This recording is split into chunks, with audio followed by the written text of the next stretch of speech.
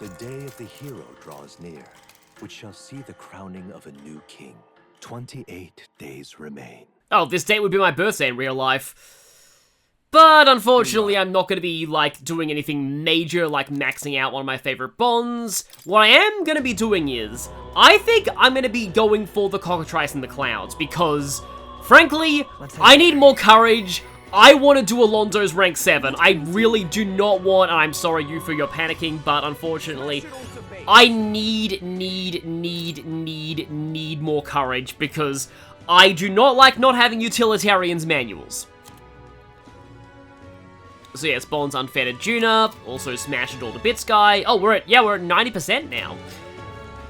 Oh, right, I just sort of know something about the Day of Calamity here. You know, that thing that Zorba was planning to do. Double Smash It All to Bits.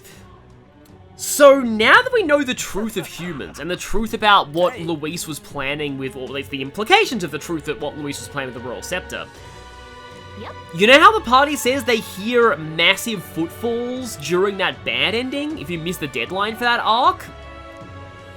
It's possible that some people in Grand Trad turned into humans. Please, whatever you can do.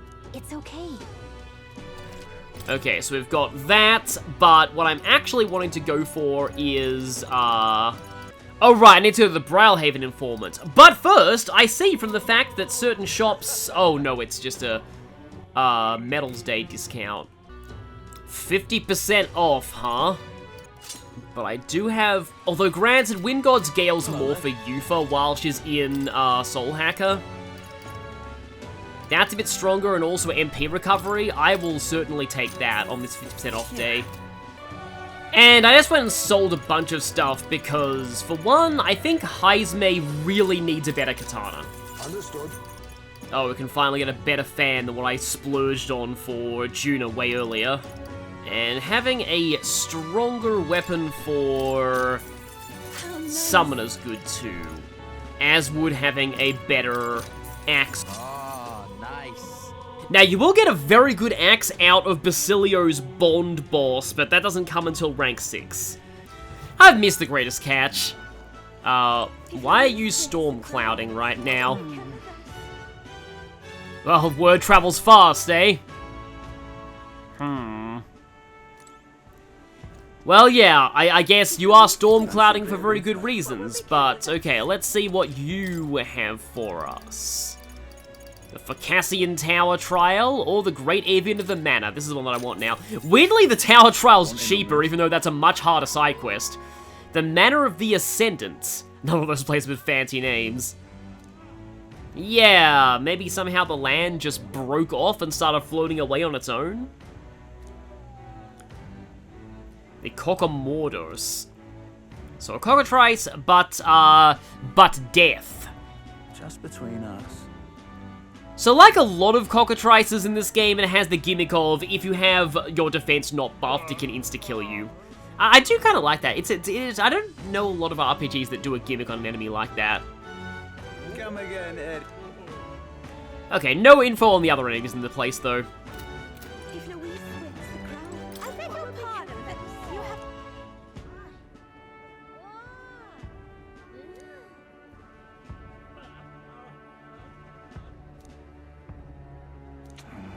Yes, I think he understands more than anyone, but that is interesting to hear that opinion.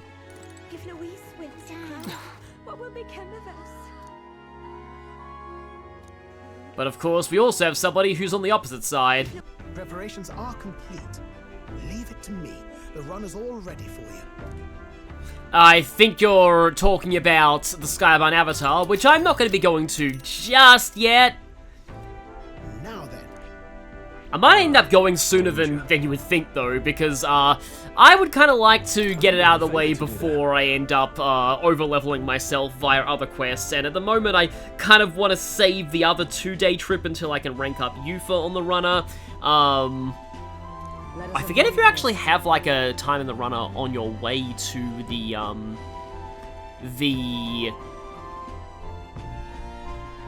Skybound Avatar, though. Yeah, but And granted, we also have Yufa's Bond quest, too. it's your call.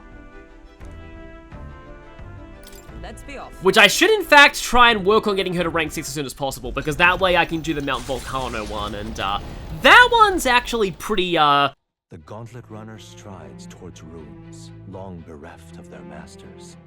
Heavenly treasures surely slumber, but so too do heavenly guardians. Pretty short and to the point, that one. But yeah, Mount Volcano, because that's, what's it called? The Edge of Glory. That quest is really important because it gets you a really nice sword.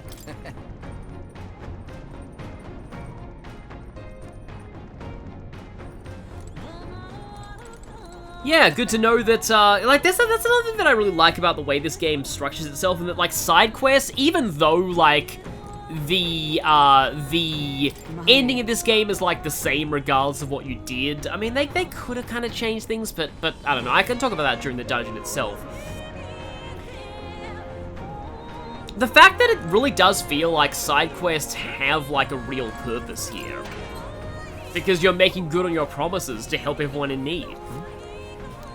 And you're solving the kingdom's problems and proving that you are worthy to be the ruler. Okay, so let's see if I actually can cook some of these. Ah, finally. And this is the reason why I saved Lords of the Lake. Well, this and one other reason that we'll get to after we've cooked it, one of everything, which we should actually be getting pretty close to. Just 2 more Gauntlet Runner trips, so...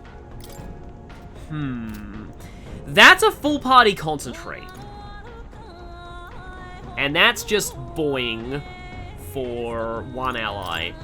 I think I need to leave at least 5 Lords of the Lake, so I think I'm only going to go for 1 of these for now. Oh, that's actually a Yuva recipe. Nice. Actually... Huh. Yes, I wonder what the, like, there seems to be, like, the term God with a capital G. They use it for not just the Sanctus God, and I wonder if that's maybe a mistranslation, because I don't know if the well, we don't know much about the implied Elder religion, but I'm not sure if it's monotheistic. Well, yeah, that's just something that, like, the game never really makes clear, but, like, it never really struck me as that it would be. And, of course, Virga Island isn't either.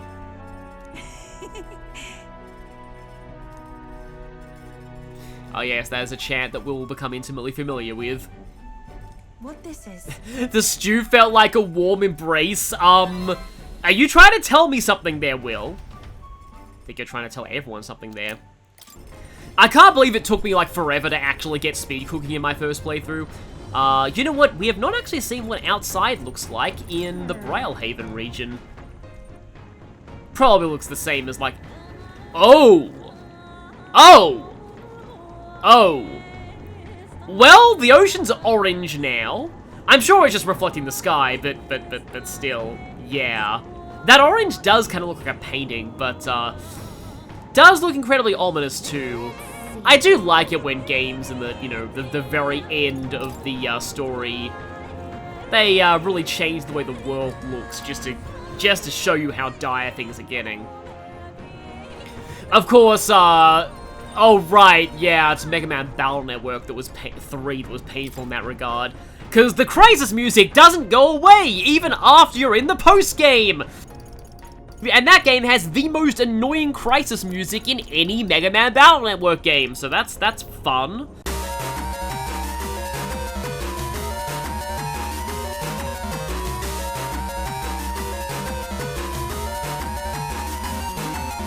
But weirdly, I want to reread some original poetry Do Not Steal, because I really encourage. We are screwing our courage to the sticking place. That is not something dirty, that is a Shakespeare quote. I actually forget what play it comes from, though. Okay, so close. I want to say that the turning in this bounty should get me rank 5 courage. Cutting through the skies, the Gauntlet Runner reaches the Manor of the Ascendant ruins. Land once sent skyward by Oceania's unusual flow of magma. Oh, I was right. According to legend, those who could freely fly the skies came to refer to themselves as celestial beings, taking their seat here to govern from on high. But pride comes before the fall, and God was so enraged that every last one perished.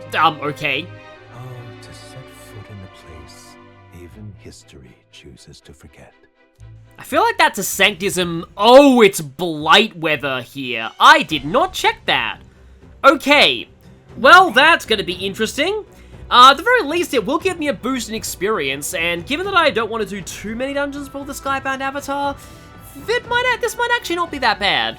Now then. But, wow, yeah, I really should have checked the weather before going here. No! The thing is that, I know from the real world that animals can very easily spread plague. In fact, there's actually a, storyline about that in Octopath Traveler 2. Let's go.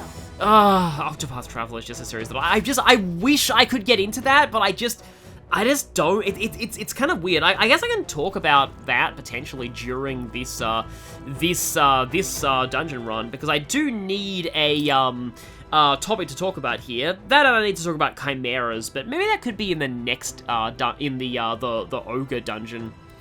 A ruin perched atop a mushroom-shaped outcrop, as it is difficult to reach from the ground. Few know about it, yet even those who do question its existence. One theory behind the ruin says that it was a home built by a magic-wielding family who could fly at will that lived long, long ago, hence the name. But the truth behind the matter remains obscured, Magic-wielding, powerful people that treat themselves as celestial beings and live in the sky?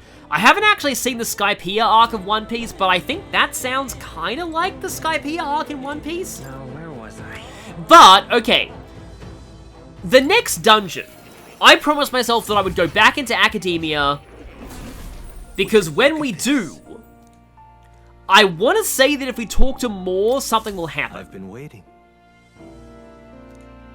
Yes, we've awakened to the Prince archetype.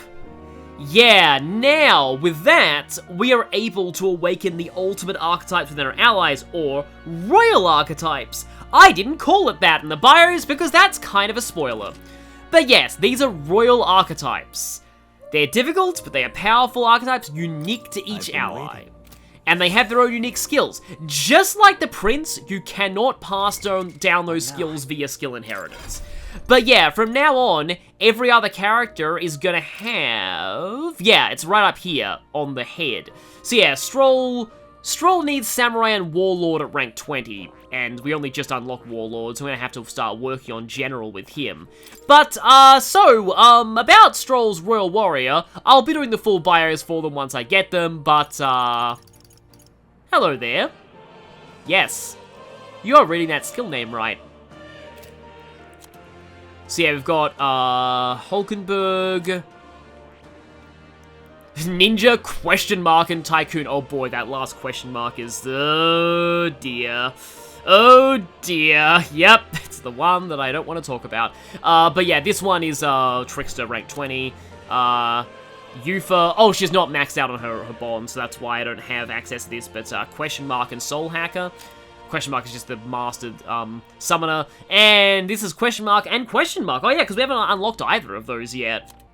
Meanwhile, Prince has absolutely no requirements whatsoever. And it automatically starts with 4 inheritance slots, and I haven't actually inherited anything on it yet. Wow! Alright, obviously I should take charge. I'm actually not sure which of these two is going to give a bigger boost at this point. Oh, here you go, here are my Berserker skills. All right. In fact, when it comes to those skills that are required, that get better with the same lineage in your party, I actually don't know what lineage Prince counts as. Because the others, you'd think that logically this would count as... Oh, there, yeah, see, Tree Warrior, okay. Tree Prince. Nothing else is in the Prince tree, so... Those only give the minimum 10% bonus on Prince. That's actually an interesting weakness that Prince has, huh? I wonder if it would have been better if Prince was considered Seeker lineage. But yeah, Tree Summoner, Tree Mask Dancer. Okay, right, okay, I'm assuming that's how things work when it comes to, having archetypes of the same lineage in the party. Now, there are going to be a few Pierce weak things in this dungeon. But I think Stroll should passively start leveling General. And unfortunately, you need to level Wizard in the background because I need Elemental Master for your ultimate. I shall show you what true magic is. You know, I wouldn't mind having some Pierce skills on Basilio. Oh, Heizme can start on Tycoon. Yeah, 20,000 mag. Already we are going through our mag reserves quite a lot. And so we now have the power of capitalist elephant. It's a metaphor. They're like elephants that sit on everyone. I have retained my edge. But I think you should be passively leveling Soul Hacker instead of Summoner. Actually, I will be going back and forth between Merchant and other archetypes while I'm in here. By other archetypes, I mostly mean Prince. Okay, then. Just because I think I do need to rank up Merchant, because I would like to get Almighty Boost and Critical Trait on Will by the end of the game. And that kind of leads me into some other things, but before I start, I'll just say that before this recording session, which is a separate recording session to the previous part, by the way, which should probably be kind of obvious given the cuts and maybe the change in the tone of my voice. Before this session, I actually recorded a part of a future playthrough for the channel, just because for reasons I kind of had to record it in advance, like ahead of time. So there's that, and then I was just checking out streams while I was eating lunch between that recording session and recording Metaphor, and I was watching Callie McN stream Tomodachi Life, and suddenly Sonic and Amy had a baby. So that was a funny thing to just suddenly come into the stream to. But yeah, Manor of the Ascendant. My talking about the Merchant and stuff and like how I kind of want to get that leveled up to get some skills on Will. Also, yes, buff your defenses, otherwise you can be insta-killed. The Informant already said that. But let's not tell this Tooth that, because this Tooth is, he's proud of his Tooth tutorials. Given how much they love puns, you'd probably think they would say Tooth-torial or something. So, this place is interesting. Those things in the distance kind of look like teleporters. This looks like an inactive teleporter, but we'll deal with that later. Because over here, these things should be, yeah, they're all field killable, so let's just whack them. And the good news is, field killable enemies aren't really affected by the inclement weather. They're just as easy to take down, but they still give more experience and rewards. So that'll be cool. So, this thing with Merchant could lead me into my topic that I was going to talk about when it comes to, essentially how I feel about like, this game's class system. I've kind of already discussed this before, but there were, as I was alluding to in the first half of this video, there were actually a lot of RPGs with class systems that I bounced off of when I tried to play them. One of them was, I almost said Triangle Strategy, but the reason I bounced off that was because I just don't like the HD 2D art style, and also, it felt very morality, root split choices, that kind of thing that I just generally don't like in strategy games these days. What now? I was just coming off of 3 Houses at the time, and my reaction to all the factions in that game was, oh no, seriously, not this again. Now, this enemy here is weak to fire, but with the inclement weather, I'm not really sure how, like, effective that will be. Oh, we got this activating now. We have gained an extra 2 half press turns, which was going to be really useful, given that I have, I've got Fiery Strike here, but I also have Fire Art, which will actually cost me all of those 2 extra press turns. But yeah, that was not enough, as Heismay just said. Now, these pots here, they repel ice and null strike. Electricity works, though. They do resist fire, but I kind of want to go for the Crimson Flame here just to try and take out that tree. Also, it looks really, really cool. But no, the main thing that I actually wanted to kind of discuss, the main game that I wanted to sort of discuss here was, hang on, do I have any decent, 250 Almighty to all enemies? That might actually do it. Yeah, it did, nice. Was Bravely Default. That was another one of those games that, like, I love turn-based RPGs, and I did like a bit of Final Fantasy back in the day, and Bravely Default was essentially, I call it Bravely Default, because I think default, that pronunciation sounds a little bit American. But yeah, I have to go through this crawl space. It was a game that by all rights I should have liked, And I got to a certain point. Okay, I can name the exact point in the game I got to before I quit. Now, I think I have told this story before back during the Final Fantasy XII playthrough, but I'm telling it for different reasons here. Because a big part of why I bounced off of that game was the way that it handled, like, class progression. Those birds that are coming up are actually going to be not field killable, so I'll have to swap my archetype around for that. Enemies up ahead. Another tree. See the enemy. Okay. There we go. Let's give this all we've got. Also cut in with the white-haired prince. So I got to a certain boss fight later into the game, the Salve Maker, and his whole gimmick is that, well, one of his gimmicks is that he casts regen on himself. And with how massive the health damage asymmetry is in that game, which is also a problem in that fight because he has also an ability that does damage equal to the amount of missing HP that he has, and because he has tens of thousands of health and you barely have thousands, that attack almost guaranteed one-shots you. So yeah, okay, we got these birds here. Gotta be careful lest we end up getting hit on the field and ambushed. But these things, the Raging Corvosta, repel wind and are weak to pierce. But the gimmick that I really had a problem with in that fight was regen. He would cast regen on himself and regen way more HP than I could possibly outdamage every turn. Feel new power surging within me. Can use that without synthesis now, which is nice. And I basically realized that without the Dispel spell, there was no way that I could actually win that fight. The problem was, Dispel was very late into White Mage. And I had not raised up a White Mage nearly that high. Because the way I was playing that game was, in fact, I was kind of playing it similarly to how I ended up playing Metaphor.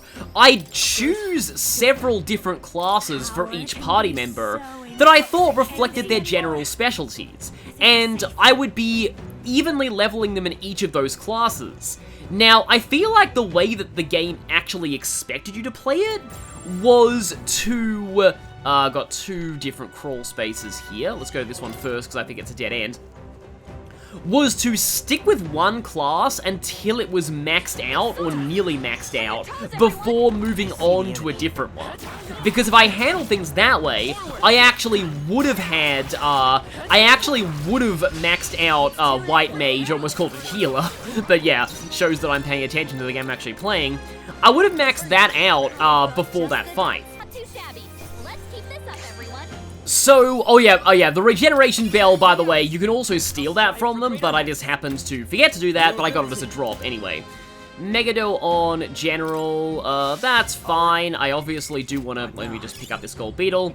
I obviously do want to get that maxed out, because, you know, Warlord. Regeneration bell, I thought it was HP recovery. Not quite as sought after as MP recovery, in my opinion, but I guess it's okay. It's a gold tier accessory still, which is nice. So, the reason why I ended up bouncing off that game is that was merely the start of a trend. Looks like that's all of them. Every single fight from that point onward, I would hit a wall unless I grinded for class experience. And I ultimately realized I was just not having fun playing the game if that was what I was forced to do all the time. Now, at the very least, that game actually does let you, like, put settings on... I want to say that, like, this is actually the way to real progress in the dungeon, so I think I want to go back to that later.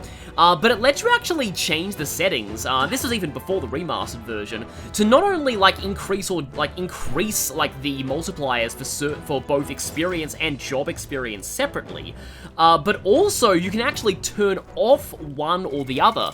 And that's really useful if you want to grind job experience without, like, making yourself really over-leveled in the process. You can turn off regular experience gain and just gain job experience. And that is cool. Yeah, it looks like this is a complete dead end. So I'm trying to think, what is it that Metaphor does that avoids this pitfall for me? And it's actually a little, like, hard for me to articulate exactly what it is. But I've said, like, way earlier, I like the Hero's Leaf of Light system, where if you're leveling up an archetype that you've already maxed out, also, this conversation's kind of amazing, I guess, moment of silence for this conversation. But yeah, if you are, just focused on... If you're... Basically, it means you're not really penalized for not, like, just... Because that's the thing, I find that in a lot of those other, like, class-based, based RPGs. Oh, that's satisfying. But yeah, in other class-based RPGs, I often find myself, having to, like, I sort of treat using characters in certain classes more like a chore than something I actually want to do for the gameplay. And in a way I'm kind of doing that here. You'll see, like, with the way that I'm using Stroll and Hulkenberg right now. I have them in General and Wizard because I need those for their ultimate archetypes, even though I don't actually want to, like, have them in those classes by the end of the game. But at least I can have them passively leveling those classes while I'm using other characters. And also, at least I can, use people in the classes that I want to, and I can even keep using a class that's maxed out, and that way I still gain archetype experience. Archetype experience items that I can put into the ones and passively level up those other archetypes. Yeah, without, needing to actually use them in battle, like, suboptimally. It's one of the reasons why as much as I like the core gameplay of Fire Emblem Fates, yeah, this might look like a dead end, but there's actually a thing here. There's an Elementa, but I think I'd rather wait until I'm near the end of this dungeon so I can do the mag extortion on it. It's a dark Elementa, though. Speaking of, I have one Hero's Leaf of Light. Let's just put that into Merchant. It's just, I guess that, like, Bravely Default was just fundamentally not the way that I like to play class-based RPGs. I usually treat classes in these kind of games like an extension of the characters. Like, in a way, I'll kind of almost pretend that everybody only has, like, one class. It's just, like, it's sort of a thing with me. I get decision paralysis very easily when I'm given too many options. And so if a game expects you to just raise characters in every single class, even if they're suboptimal, it'll often, like, kind of kill my enjoyment, because, again, that's just not how I like to play these games. Because I just don't really enjoy using characters in classes that, like, are not the ones that I kind of want to keep in it. Like, I prefer the older Fire Emblems where everybody just had one class, that's it. And the main choice you had when it came to your playthrough was simply what characters to use. But I enjoy the system in Metaphor because there's enough of a balance between everyone having clearly defined roles, as well as there being options for customization if you want it. Like, the thing is, I do feel like this game is difficult, or, like, overall, it's more difficult than Persona is, than, like, modern Persona is. But at the same time, it's also not to the point where you have to, like, totally, like, really game the system when it comes to inheriting skills from classes, because that's what I felt like Fire Emblem Fates was in the higher difficulty levels. You really, like, that game was not really practically doable unless you really exploited the class system and, like, trained people in suboptimal classes just for skills. And Fire Emblem Three Houses was like that too. I guess you're kind of starting to see certain things, and it's like, it is just sort of a thing with me, like, I just, even in the real world, when I'm given too many options for what to do with my day, I panic and, like, shut down. Like, I'm just not great with having a lot of options. And so, that's kind of why I, yeah, prefer games that have either do limit your options, or make it easy to, like, actually limit your options yourself and still have a good time. Like, for example, when I play Fire Emblem Shadow Dragon, I'm gonna use this just in case it uses its instant kill attack when it's out of stun. Like, when I play, like, Fire Emblem Shadow Dragon and New Mystery of the Emblem, both those games can easily be played without reclassing. I know that you are ignoring an entire aspect of the gameplay to do so, but you essentially do get a completely different game out of doing that, and it's not an unenjoyable game. Like honestly, I actually do like playing that way. Oh, wow. I was wondering if that was going to one-shot, but yeah, it certainly was going to one-shot. Because Basilio is, I describe a lot of characters in this game as the GOAT, but yeah. I have never known such height. Don't let your guard down. There's more Okay, of we them. still have more of those birds. They are not field killable right now, though. There they are. I get the sense, though, that if I take out one of them, it will actually take out the other.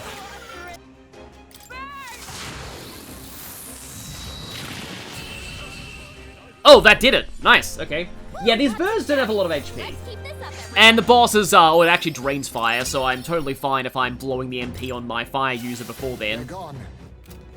So here, we have some teleporters, and it's not exactly a teleporter maze, because all these ones do is just warp you back here. Ah, but some of these enemies have respawned, so excuse me while I merchant kill them. This power grows stronger still. Watching my future boyfriend get blown up is giving me powers. Can you take care? But you may notice there is one more teleporter that is not obviously connected to any other, and that's the one here. So, this actually leads me into another thing that I can talk about. It's something that has been gone over in the comments, but it's something that I will have to mention because I want this playthrough to be as complete as possible, and that is the quote-unquote ultimate weapons for every archetype. These are unlocked by reaching a certain percentage of studied archetypes on each party member. They don't have to be mastered, you just have to have unlocked that archetype. But that does mean that you need to master a lot of other ones, like you need to still meet the prerequisites. So, I will almost certainly not be showing these weapons in this playthrough, because, as I said, this is really not how I play these kind of games. I'm typically not into, like, just grinding, like, the classes on every single character. You need to get, like, 80 to almost 100%, I think it's actually 100% for some of them, like, archetype mastery on, like, every party member to get all these weapons. And the thing is, though, some of these weapons are very impressive. Some of them have unique effects, but, like, it's perfectly, like, doable to finish the game without getting these. Like, you really do not need to get all of them, or even any of them, to have a good experience through just the main story. I feel like they're mostly meant for New Game Plus. But the really notable ones are, I mentioned that, like, there's a helmet that only the Prince can equip that gives an extra half press turn. Incredible. There is also the ultimate summoner weapon from, obviously, Yufa, mastering a lot of archetypes with Yufa. It has the same effect as the Utilitarian's Manual, but it doesn't take up an accessory slot, so you can use that to give Yufa a different accessory, because I'm pretty sure multiple instances of Utilitarian's Manual's effect don't stack. That it reduces the cost of synthesis skills by 1 press turn. I mentioned that earlier on in the playthrough, but I'll just say it again here. And now I'll just do this just to fill out, like, the foggy part of the map. There's pretty much nothing left in this place except for the boss. Oh yeah, there's also the ultimate Faker weapon, which makes it so that Lucky Slash always hits for max power, and also it increases the odds of positive effects from Faker's roguery. I've listed that in the bio, like what it actually does, but I'm pretty sure that effect is only for that weapon specifically. The ultimate merchant weapon, which also requires you to master a lot of archetypes on will, they kind of knew that, as I've said in the merchant bio, completely eliminates the cost of money skills. They become free. Okay, it's time. You'll notice that I have highest man general, mostly because I want to level it up so he can get warlord ASAP, but I also think it will be useful for the ice skill, and mostly, that is a big impressive crest, looks like it's got a giant eye on it, for shelter formation, so that it doesn't just insta-kill us. So we're not going to be getting any press turns out of hitting its weaknesses, but hopefully this shouldn't be too bad. Got it? Oh yeah, now Basilio's on the whole Hulkenberg poultry train. Has almost butterfly-like wing patterns. So yeah, weak to ice, but also weak to pierce. That's the weakness I'll mostly be focusing on. It's also, its color scheme makes it look like the most chicken-like of the Cockatrices. So activate shelter formation to make sure that we don't get insta-killed. And now, I'm gonna go for some charges. Okay, Prince does look pretty cool while charging. And you're gonna charge up too. And then Hulkenberg herself. So yeah, I brought Hulkenberg because she's gonna have access to not only this, but also Line Guard might be nice. Because this thing, I do think its attacks are mostly physical. But I guess... Actually, hang on. I have the Praetorian Cloth, which makes guard only cost half a press turn. I want to test if that works for Holy Knight's Proclamation. I'm going to guess no. I'm going to guess that this doesn't count as a guard command. It doesn't, yeah. It gives you the effect of guarding, but it doesn't actually, like, you know, count as that for the purposes of nice magic counter there. For the purposes of that accessory. Okay, so we've got that set up. Now we can go for the Formation of Vigor. I've actually heard Heisman in Japanese thanks to the, having to go back and record that Japanese Gallica line. He does sound like basically a typical Japanese old man voice, but he says Totsugeki for using Formation of Vigor, which is basically just Japanese for charge. I specifically brought you for Wild Boar to hit a weakness and also debuff its attack massively. Okay, interesting. Well, that puts you back to neutral, at least. And, I have... Okay, Prince is in the back row, but I've got 3 people in the front row, so maybe Protect Guard will actually, or Line Guard will do something here? Look here. Yeah, so here we go, Line Guard. Haven't actually used this before. Oh, that looks awesome! Thanks. Quite a boon. So, does that barrier retain itself if I switch rows? I am not sure, and I guess we're about to find out because I have to use Shelter Formation to put everyone's defense buff back up. Also, Will was about to get insta-kill vulnerable because he didn't have any defense buffs. Wait, somebody doesn't have Rakikaja? Wait, I'm sure somebody... Hang on. Yeah, we all have Rakikaja. I guess it's like, oh, how could you possibly not? Oh no! Every one of you has a defense buff up. My life is a lie. Okay, its attack debuff is almost gone. Basilio, okay, yeah, Basilio is charged, so he'll be able to get his in. So I think Hulkenberg's gonna go for, I don't know, just do. This won't do. Hang on, no. I need to keep that defense debuff going. I'm actually almost out of corrosive acid.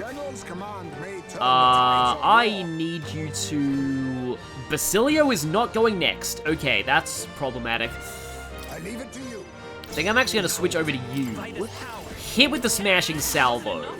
And then Basilio's gonna just use a Tinned Torpor just to keep that going. This might be my first time facing a boss that isn't, during inclement weather. Dark Evasion, eh? I feel like Heisme isn't evading as much as he usually should. Okay, so Flying Guard, okay, you're already max stacks of that, so I should probably save that for charge. Let's just go for Blizzer, I guess?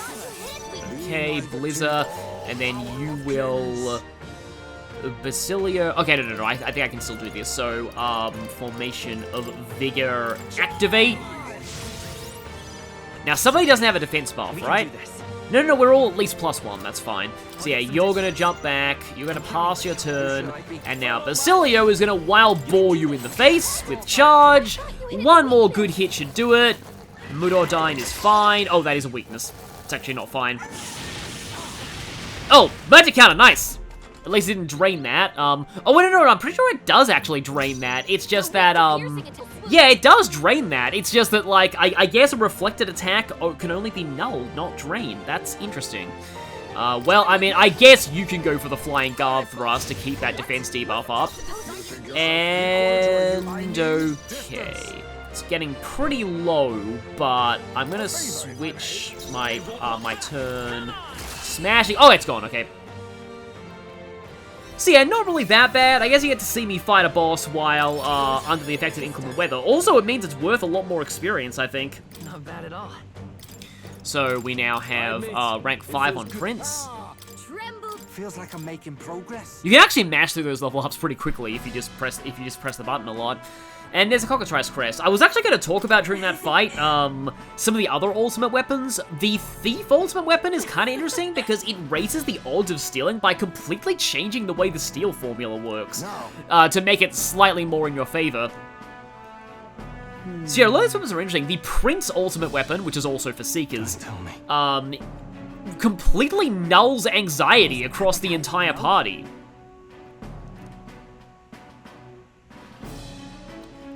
Yep.